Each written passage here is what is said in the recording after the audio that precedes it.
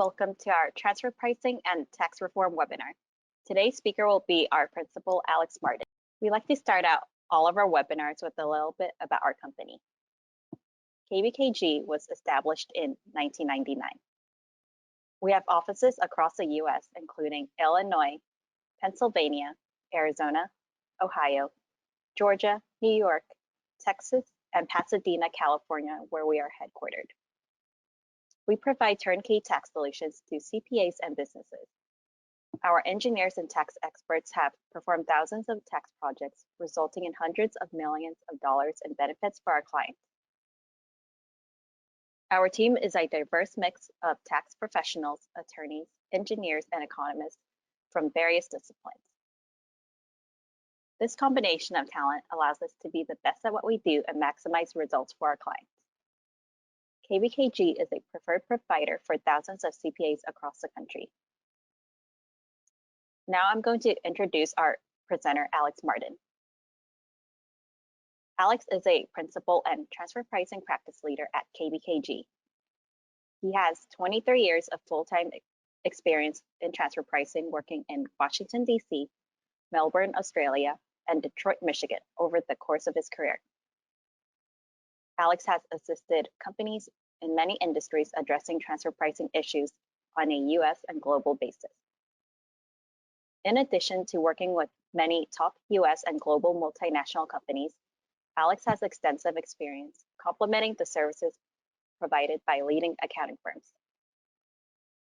His transfer pricing practice was featured in Accounting Today for an innovative approach to partnering with professional service firms. Alex is best known for developing practical solutions for complicated transfer pricing issues, and he has published numerous articles based on his time-tested transfer pricing strategy. Now I'll turn it over to Alex for the presentation. Here's what I'm going to cover. We're going to talk about transfer pricing from a practical perspective. So we're going to start off with here are the basics, and then we're going to talk through some observations, some suggestions, some recommended best practices that we found over the years really helps give people a good handle on how transfer pricing works and how you can apply it on a day-to-day basis depending on your role. We're also going to be talking about some recent transfer pricing developments on COCA-COLA. I think that might be particularly interesting to you.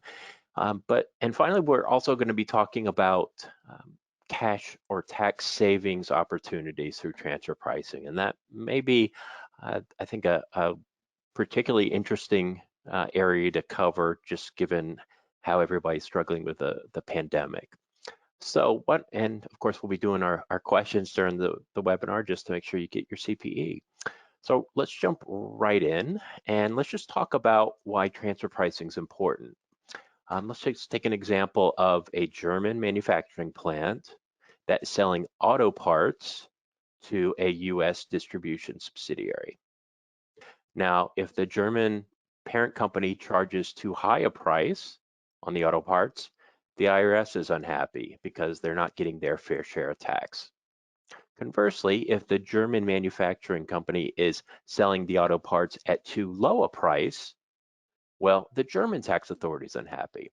So it's got a couple issues here that we're juggling with. We've got one transaction that's being addressed or audited, can be audited by two separate tax authorities.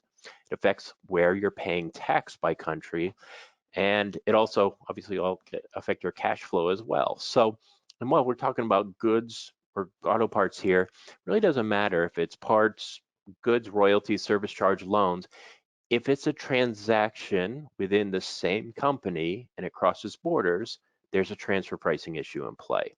And that's where we're going to run from. All right, so let's make this a little more of a deeper dive here. Let's take a situation of Starbucks. Starbucks purchases coffee off an exchange in Switzerland.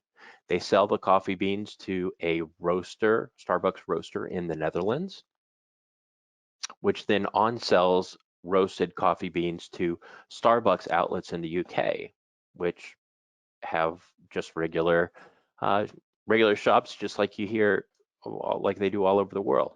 Starbucks in the UK also pays royalties back to the US company in Seattle for use of the brand names, the intellectual property, really where effectively what makes Starbucks Starbucks. And really the question comes down to where should profits be generated within the company? Well, and transfer prices drive where that is. Well, bit of a trick question here, but one place where taxes or the profits weren't showing up was in the UK. And it's a little while back now, but activists took over Starbucks outlets all over the UK and turned them into homeless shelters for the day. Why? Well, Starbucks only paid tax once out of the previous 12 years. And now Starbucks said, well, look, the reason we didn't pay tax is that we didn't negotiate good rental contracts for our retail stores. Everybody else said, well, hold on a minute. Every other coffee shop in the UK pays taxes, and you're a multinational that has transfer prices for goods, services, and royalties. We think your profits, you're shifting profits offshore. You're not paying taxes. You're not paying your fair share of taxes in the UK. So as far as I'm aware, transfer pricing is really one of the most, has an impact not just on your tax rate, but also can be a corporate reputation risk as well.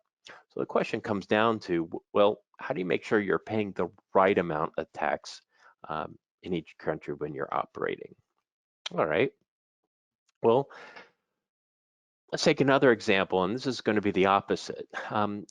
Coca-Cola recently lost a long ongoing transfer pricing court case against the IRS.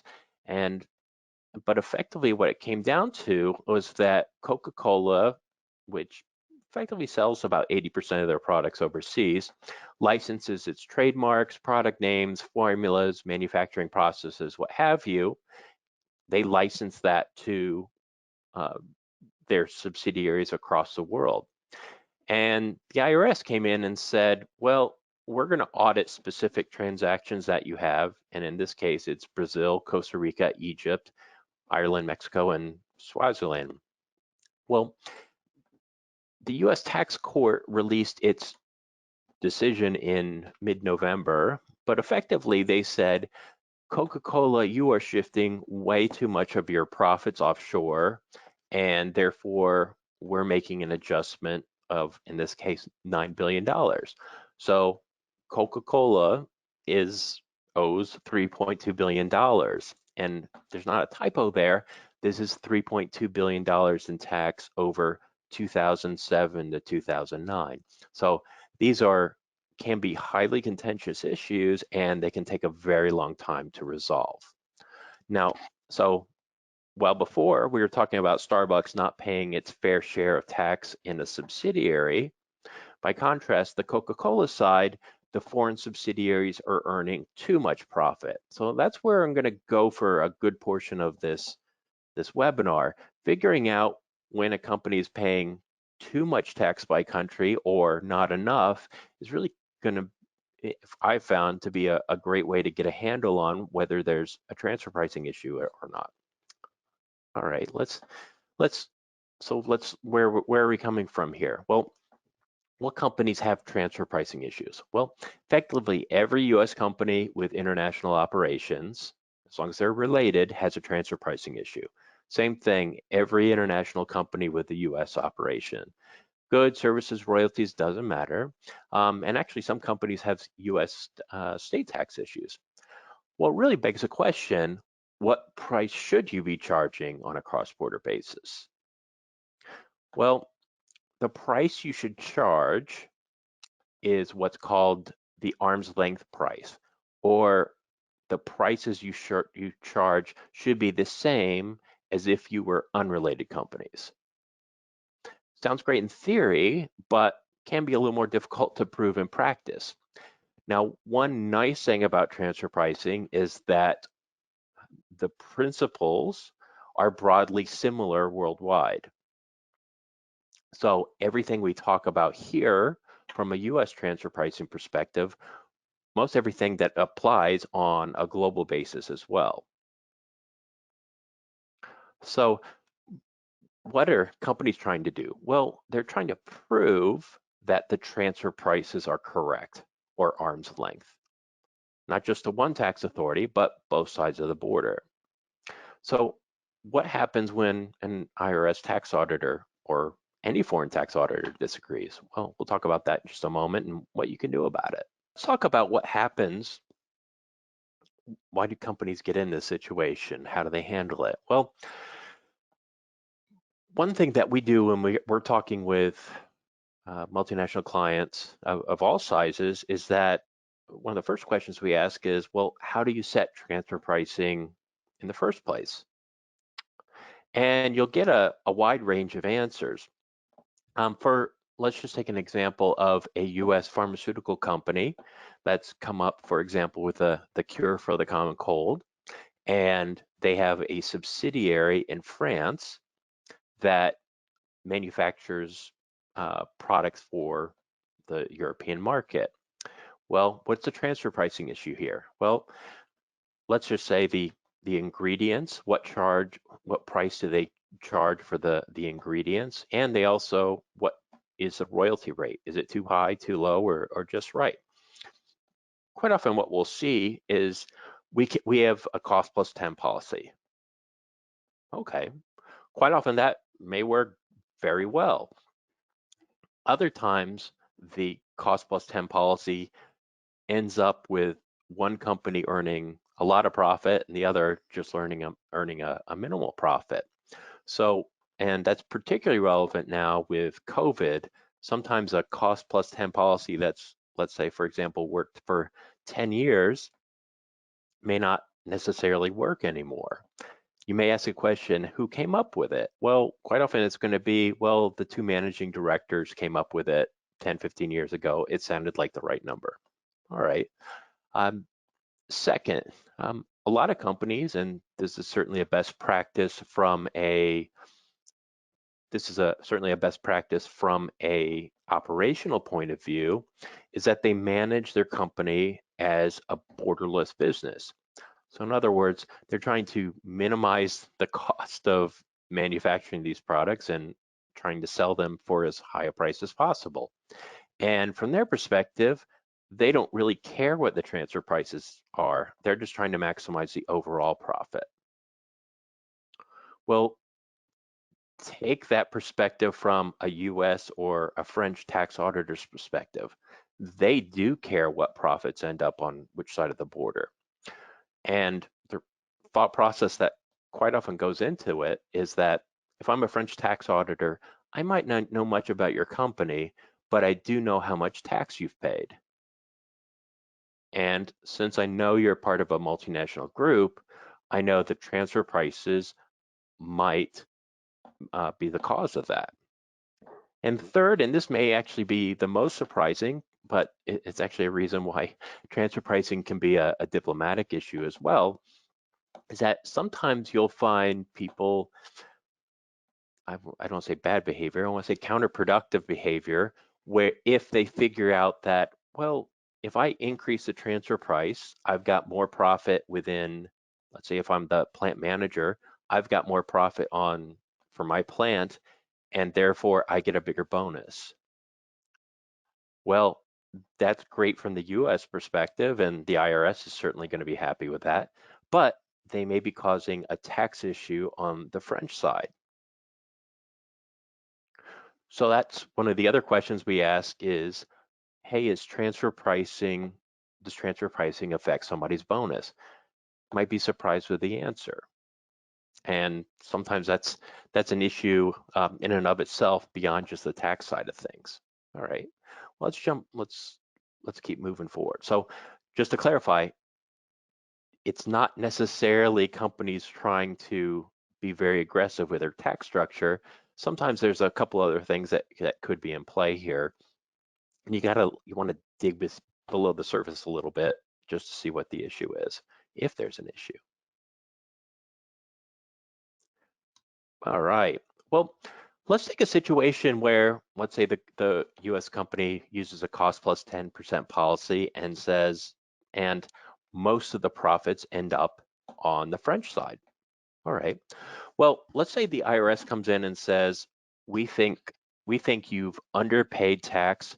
You should have charged you should have charged $10 million more for the products and royalties that you charge, that you were in place with your foreign subsidiary. Well, this gets very expensive very quickly, and I'm going to use a 35% rate because some tax years open for audit are still at the 35% rate. So let's take the IRS comes in and says, we think you should owe $10 million. You should have $10 million more of profit. Well, that's $3.5 million in tax. And this is particularly important on transfer pricing, is that you also owe additional tax on the amount owed. In this case, it's 20%. Those penalties increase to 40% once the adjustment gets up to 20 million or more. So basically, you've got $4.2 million in tax plus late interest, plus you have to file and pay additional US state taxes. And just because the IRS thinks there's a transfer pricing problem, that doesn't mean the French tax authority is going to agree with it right off the bat. So there's effectively a double tax issue. The US company is claiming more tax, and the French tax authority isn't going to give up the tax that's already paid there. So effectively, again, a double tax issue. How do you resolve the double tax issue? Well, those are what tax treaties are for. Unfortunately, sometimes these types of double tax issues take a very long time to resolve because while the tax authorities try to resolve double tax issues, they're not necessarily required to do so. All that being said, it can be many, many years before you can get a refund from the tax authority where you've overpaid tax. Okay. Keep coming with the questions. We'll address them as we go. All right. Well, what can you do about it? Well, if you've come across transfer pricing before, you may have heard about something called transfer pricing documentation.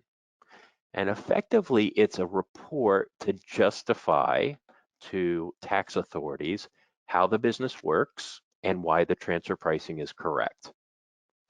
So in the US, it's not a report that's filed with the tax return, but it's requested under audit.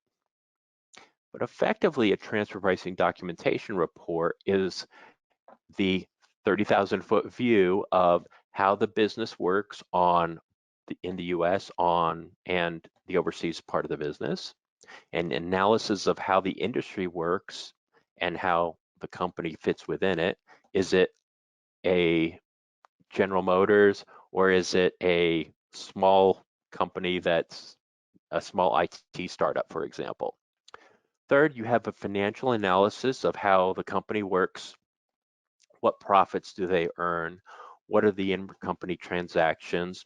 And fourth, and sometimes the trickiest part, is an economic analysis to show why the transfer prices are correct or arm's length. And quite often this relies upon benchmarks with similarly situated companies.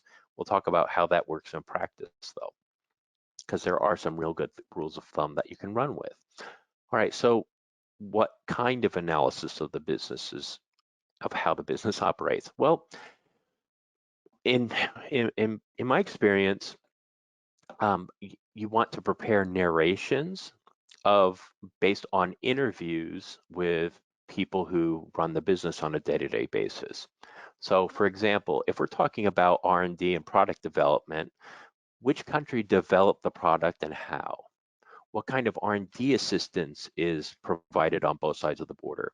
What happens if the product doesn't do well and there's effectively doesn't sell? Who bears the cost of that failure? if another company is utilizing intellectual property for making products, well, what kind of intellectual property is made? Is it super secret? Is it something that anybody could figure out on the internet? What have you? I've been doing this 23 years, and the reason being is that I really enjoy asking these questions and figuring out and you ask a question, what makes your product, your service better than everybody else's? And you will hear absolutely amazing stories. And frankly, for the CPAs that are in the audience here, it's a great way to get to know your company. So you do that not just with R&D, but sales and marketing, finance, what have you, on both sides of the border. But effectively, it's a report where somebody who knows nothing about your business can walk away and say, oh, okay, I understand how things work.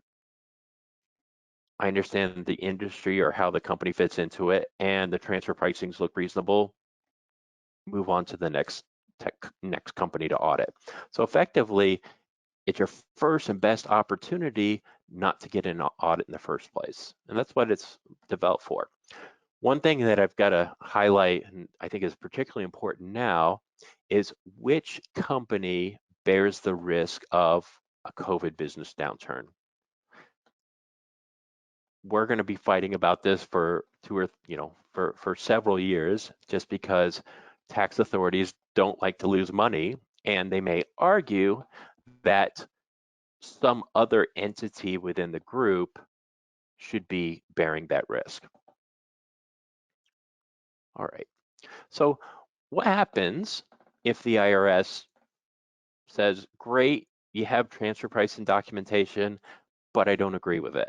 Well, one, just to clarify, a transfer pricing report is not a guarantee that the tax authority will agree with you. And quite often that's misunderstood. So let's just say the company has prepared a report, the IRS asked for it, and you send it in. The IRS looks at it and says, it's great, you did something, but we don't necessarily agree. Well, you still get the adjustment, but you don't have the penalties assessed.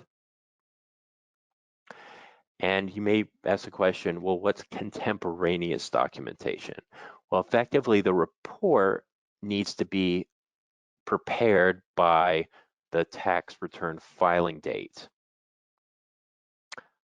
Great question. Do the reports need to be updated every year? Yes, they do, to be penalty protection, but once you write the reports, updating the reports on an annual basis, as long as nothing's changed too materially, it still will count as contemporaneous documentation. So again, this is misunderstood. Not a guarantee that the tax authorities will agree with you. Now, and it takes away the penalties if it's prepared on a timely basis. Couple observations here. So effectively, the IRS, you are not required to prepare transfer pricing documentation, but if there's a large adjustment and you have documentation, penalties don't apply. Ideally, you prepare the reports and there's no adjustment at all. So again, that sometimes can be a bit tricky here, but that's how transfer pricing documentation rules work in the US. There are approximately 100 countries right now. There was probably 10 to 12 when I first started, but now there are over 100 countries that enforce transfer pricing rules right now. Why? Well, one, it's a great way to raise revenue.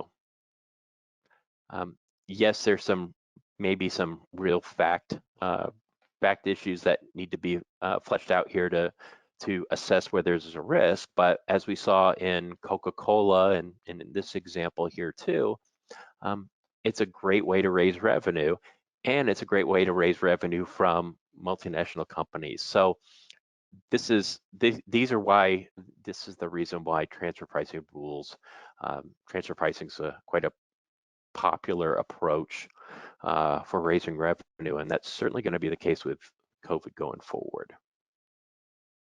Questions on that? And I appreciate it's a bit tricky here, but one, if you don't get a transfer pricing adjustment in the US, there's no problem at all. If you do get a transfer pricing adjustment and you file it, prepare it in a timely manner, they don't assess penalties. All right, so what happens? Let's take a situation where nothing happens. The IRS comes in and says, you know what? Your transfer pricing's correct. It's great. We're very happy with how you're doing things. Well, what if your report says you're overpaying tax in the US? Well, how is a foreign auditor going to approach this? And let's say the Canadian auditor, a US-Canada company is operating, US report says we're overpaying tax in the US. Well, on the Canadian side, they're going to have a real problem with that. Why? That means the report is stating that you're overpaying tax in the US, so therefore you're probably underpaying tax in Canada. So you're creating heartburn there if you're only looking at one side of the transaction. So really a best practice, and certainly we try our best to make sure that we can apply the Goldilocks principle. We want to say we're earning enough profit on both sides of the border, not too much, not too little, nothing to see here. And again, this is a situation where it's actually helpful that transfer pricing principles apply, or principles are effectively the same on a global basis. So, and finally, the other thing I think about is if you have a transfer pricing report, maybe it's a little old or what have you, if you read it and it doesn't make sense to you, it's not going to make sense. It's not going to make sense to a tax auditor. So what I think is important here is that if you can, so effectively, there's a couple things in play here. You're trying to make sure that both tax authorities are happy. You're trying to make sure that they look at the report and move on. And while in the US, you're not required to prepare transfer pricing documentation, that's where other countries, let's say Mexico, China, India, you are required to prepare transfer pricing documentation once you meet relatively low thresholds. All right, I've got some great questions here, and I will do my best to address them during the next question. All right, so now, again, like we said before, are you required to do transfer pricing documentation? No, but you don't necessarily need to invest in doing all the documentation, depending on the risk involved. Quite often what we do is an alternative to documentation is what's called a benchmarking study. And effectively what it involves is benchmarking profit margins for a subsidiary. Where is this helpful? Well, a lot of times when we have companies that are setting up shop in Canada for the first time, or let's say they're a UK company setting up operations in the US. Well, a benchmarking study is something that would help you, that may help in terms of setting the pricing in the first place. Have something to hang your hat on. So in this case, let's say we've got a company, you do a benchmarking analysis for a subsidiary newly arrived in the UK. In this situation, you identify 8 companies and you look at their profit margins. And we normally look at earnings before interest and tax as a percentage of net sales. In this situation, the company would earn between a 5% EBIT margin and an 8.2% margin. So effectively, let's set transfer prices so we're within that range. So again, this is the alternative. Does it get you out of penalties if the IRS came in and made a big adjustment? No, but for a lot of companies, it's a really good fit because maybe they're not at risk of a large adjustment to get to the penalty level, but it's something to show that transfer pricing's been thought about, and transfer pricing is, important to make sure that we're paying the right amount of tax in each country. All right, so a couple closing words before we jump to the next question. All right, so let's think about COVID right now. Well, governments certainly need tax revenue now, but hey, which companies are we going to rely on? Companies not paying their fair share of tax are very good targets. It's a great way to raise revenue. We're not arguing over meals and entertainment expenses, depreciation schedules. We just think you've been ripping off our country for the last 3 or 5 years. That's big dollars. Governments regularly audit companies incurring losses. Why? The Starbucks example. From a company perspective, we also companies need to manage their cash flow to fund their operations. Transfer pricing has an impact on that. And finally, overpaying tax is really not an option now, especially for cash-strapped companies. Tax savings, believe it or not, this is more than just a compliance issue, and in fact, there may be surprising opportunities here. All right, so like we were saying, transfer pricing is all about making sure you're paying the right amount of tax in each country. So it also affects where cash flow ends up within a company.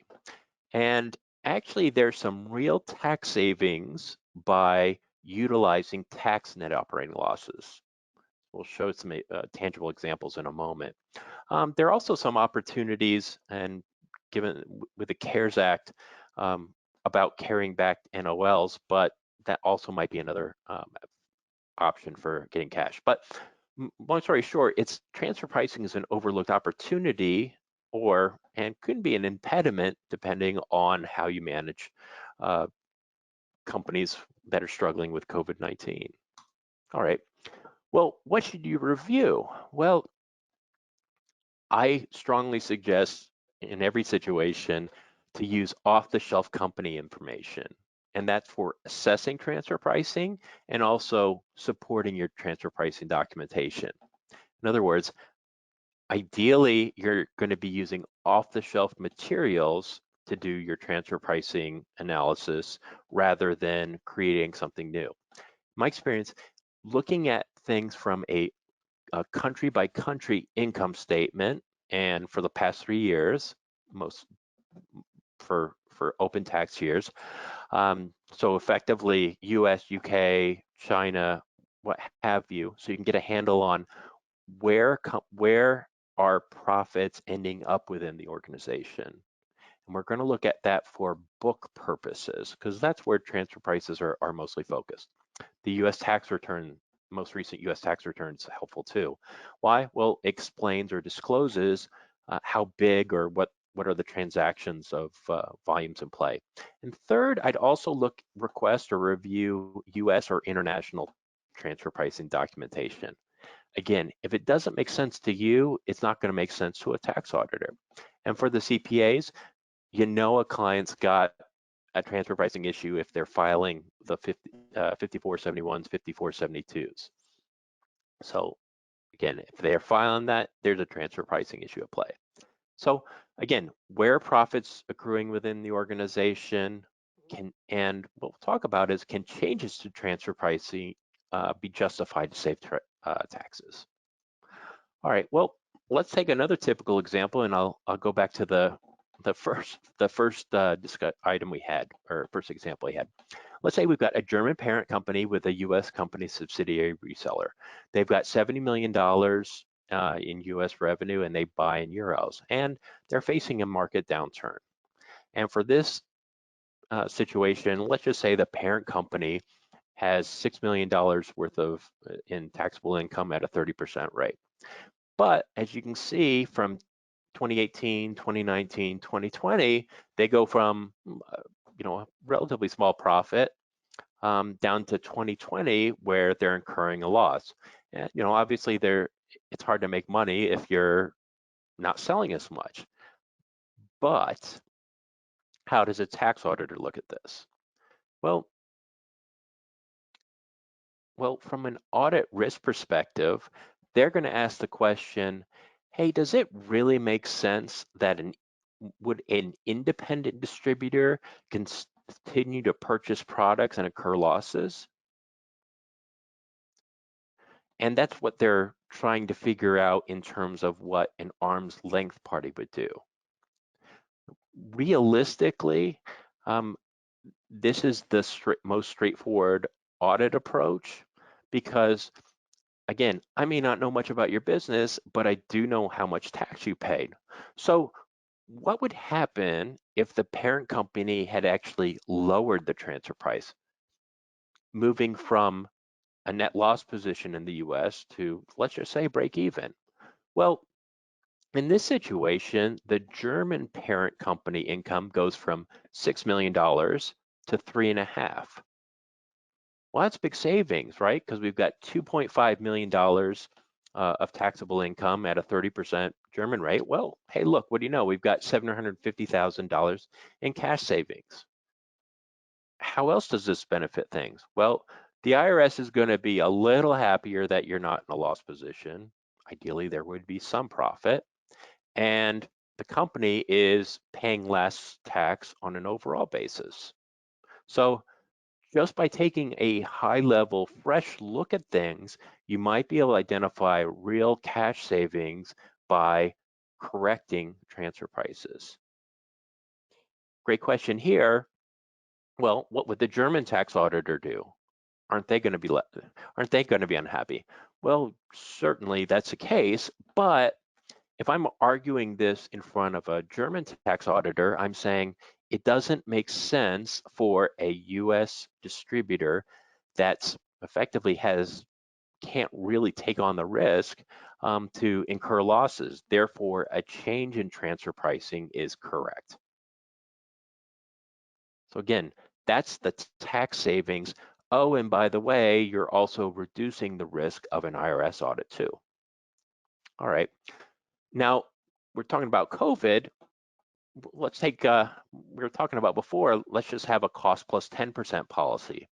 Well, companies have been running with that for a very long time. Well, and that makes sense because it may have worked for them for a very long time. But what happens if the parent company, let's say we've got a US company that's buying from a Chinese wholly owned subsidiary, and in this case, they've got $5 million worth of profit for the manufacturing subsidiary, but the parent company is incurring losses.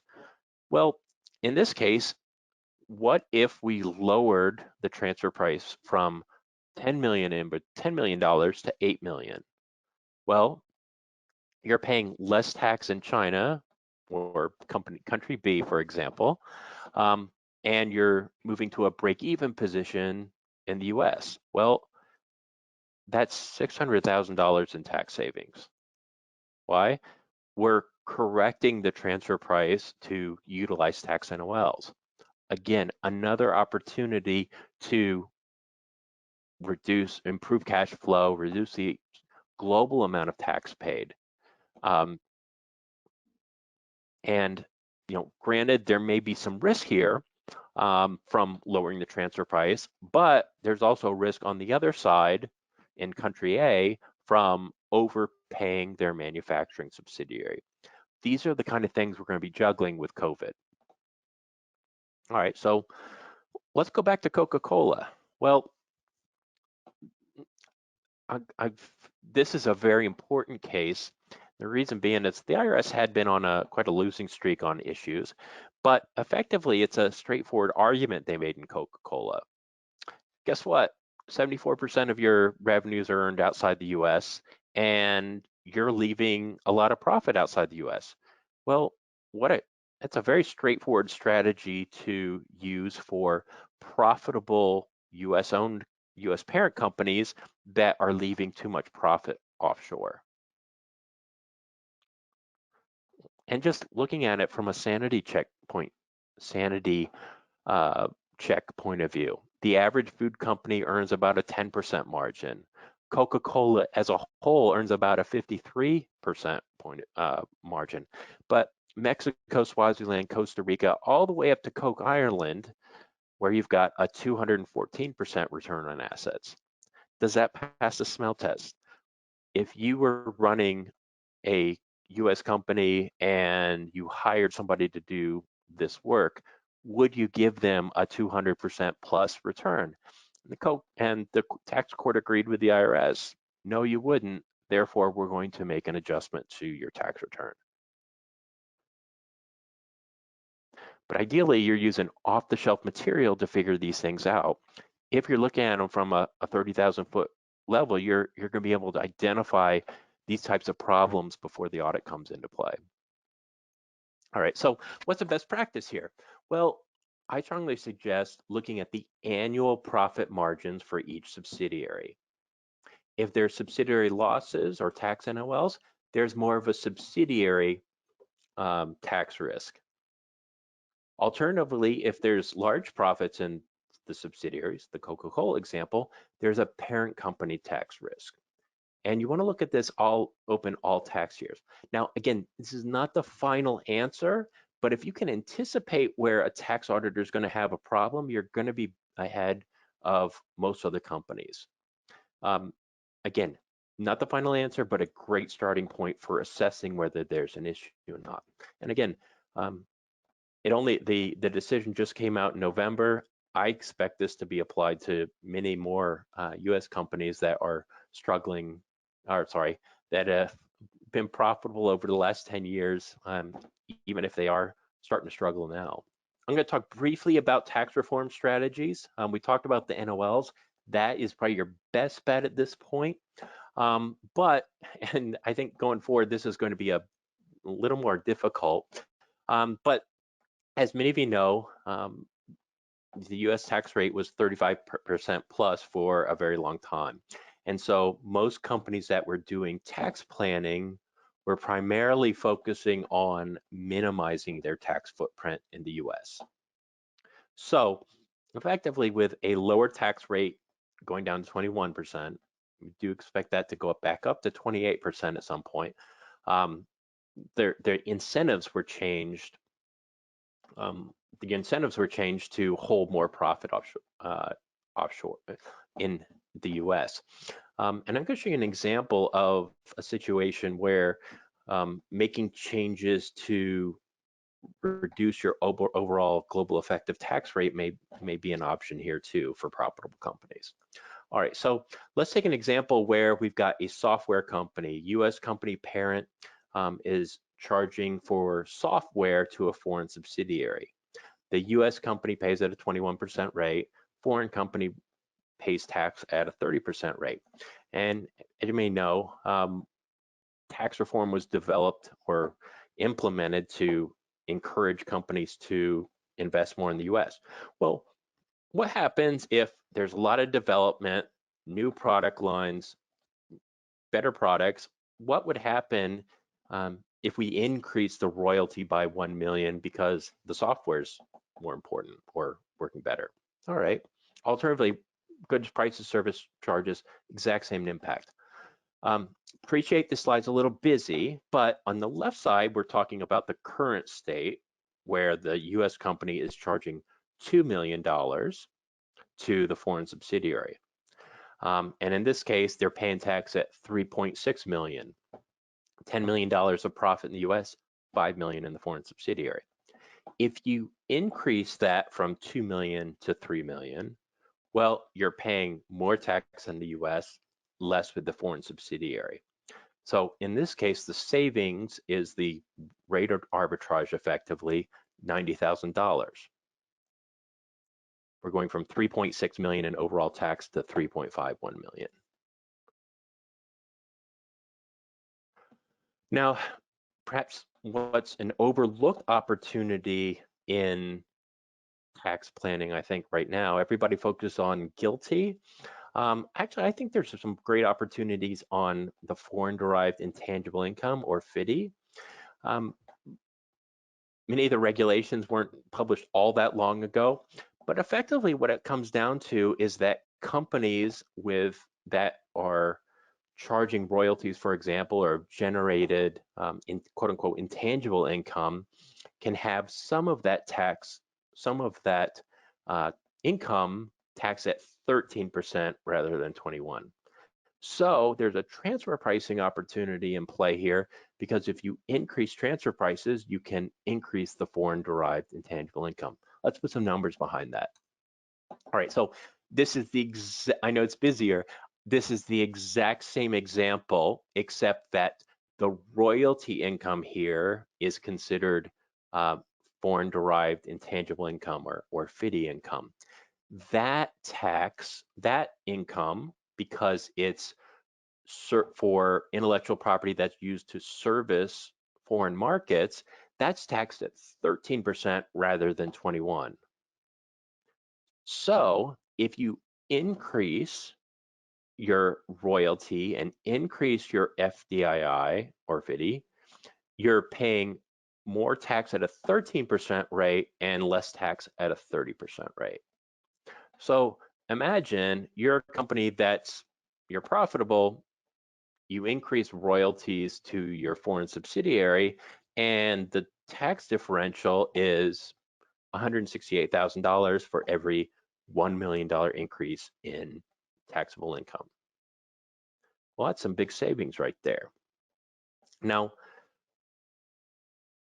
you may ask yourself, well, how can you justify that? Well, I've certainly seen with working with a lot of companies that they've been investing in new R&D, artificial intelligence, those kind of things, where if you're investing more on a lot of these newer technologies, perhaps there's some justification for charging higher prices to the subsidiaries.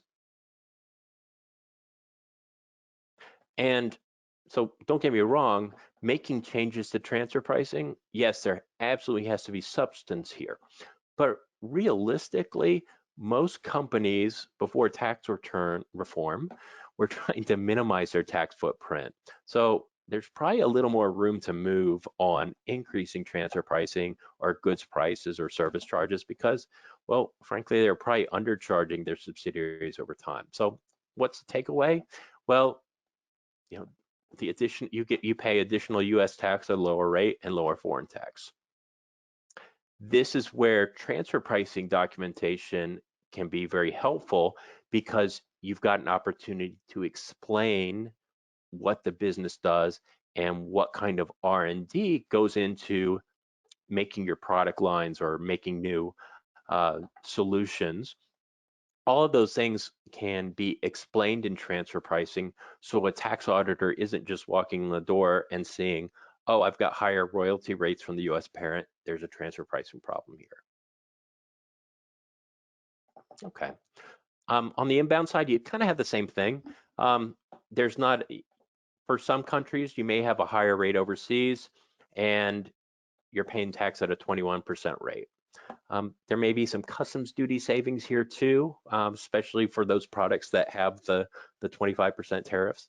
But again, same thing, you're paying lower inventory prices and charging lower royalties. There may be some tax savings there too. Couple good rules of thumbs. Well, we know now transfer pricing rules apply to all multinationals. I strongly suggest using off-the-shelf material to assess risks and opportunities. If you can think through what your subsidiaries are earning or not earning, as the case may be, you're going to be well ahead of the game. You can realize transfer pricing savings through utilizing tax NOLs. Great opportunity and certainly applicable with COVID-19. It also has an impact on your cash flow. For those profitable companies, there's certainly some savings from lower tax rates. Appreciate that we're not sure what the tax rate's going to be going forward under a Biden administration. That being said, I suspect that there would be some kind of export benefit like we have for FDII. And you also want to support your transfer pricing through some kind of documentation. Oh, great. One last question here. Are you required to prepare transfer pricing documentation every year? Short answer is yes. To be contemporaneous, you need to prepare a report every year. That being said, for many companies, if the business hasn't changed all that much, you prepare a report once and then just update it on, let's say, an annual basis. So quite often that'll get you over the line in terms of penalty protection. If you have questions regarding transfer pricing or just need a one-off, we're happy to schedule time with you, whether it be through our website or just contacting me directly.